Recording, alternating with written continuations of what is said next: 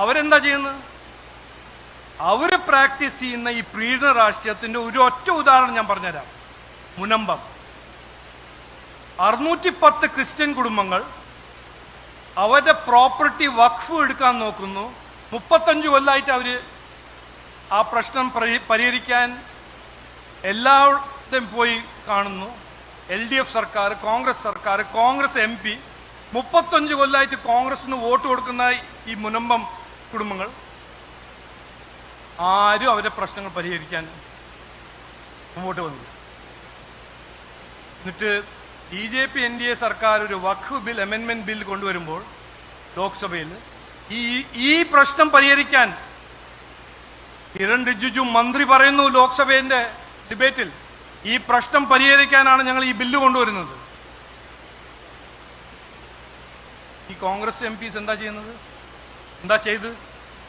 വഞ്ചിച്ചു.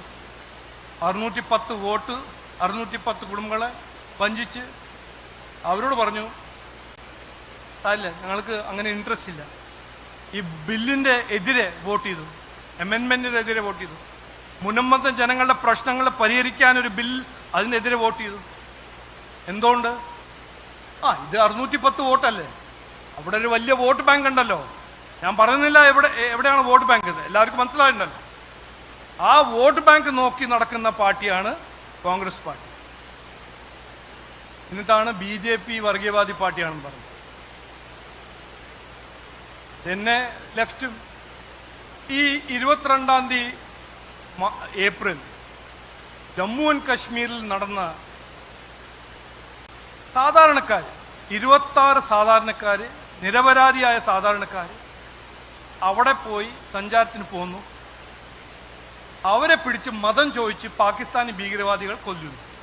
ക്രൂരമായി മതം ചോദിച്ചു കൊന്നു. അതിനെക്കുറിച്ച് പറയുമ്പോൾ, സംസാരിക്കുമ്പോൾ അവരെ ന്യായീകരിക്കാൻ കുതിച്ച് എത്തുന്ന ആരാ? കോൺഗ്രസിൻ്റെ മരുമകൻ ഡൽഹിയിൽ, കോൺഗ്രസിൻ്റെ ഇവിടെ ലീഡർ ഓഫ് ഓപ്പോസിഷൻ, കമ്മ്യൂണിസ്റ്റ് അവരുടെ ഒരു നേതാവ്, പിന്നെ കോൺഗ്രസിൻ്റെ മുഖ്യമന്ത്രി കർണാടകയിൽ നിന്ന്. അതെന്തിനാ? അവർക്കറിയില്ലേ നമ്മളെല്ലാവരും മലയാളിയാണ്. മുസ്ലിമാണോ ക്രിസ്ത്യനാണോ ഹിന്ദുവാണോ, മലയാളികളാണ് ഞങ്ങൾ. അപ്പം മലയാളി മുസ്ലിംസ് അല്ലല്ലോ പാകിസ്ഥാനി ഭീകരവാദി. അപ്പം പാകിസ്ഥാനി ഭീകരവാദികളെ എന്തിനാ ന്യായീകരിക്കുന്നത്? അപ്പം ഇത് അവരുടെ ഒരു പ്രീണ രാഷ്ട്രീയമാണ്. അതിൻ്റെ ഒരു ഉദാഹരണം കൂടി ഞാൻ പറയാം. ഇത് ഈ ടെറർ അറ്റാക്ക് കഴിഞ്ഞിട്ട് നരേന്ദ്രമോദിജിന്റെ സെൻട്രൽ ഗവൺമെന്റ് പറയുന്നു, ഈ പാകിസ്ഥാനും ബംഗ്ലാദേശിൽ നിന്ന് കടന്നു കയറിയ കുടിയേറ്റക്കാരെ പുറത്താക്കണം. ഒരു ഡയറക്ഷൻ സെൻട്രൽ ഗവൺമെന്റിൽ നിന്ന്.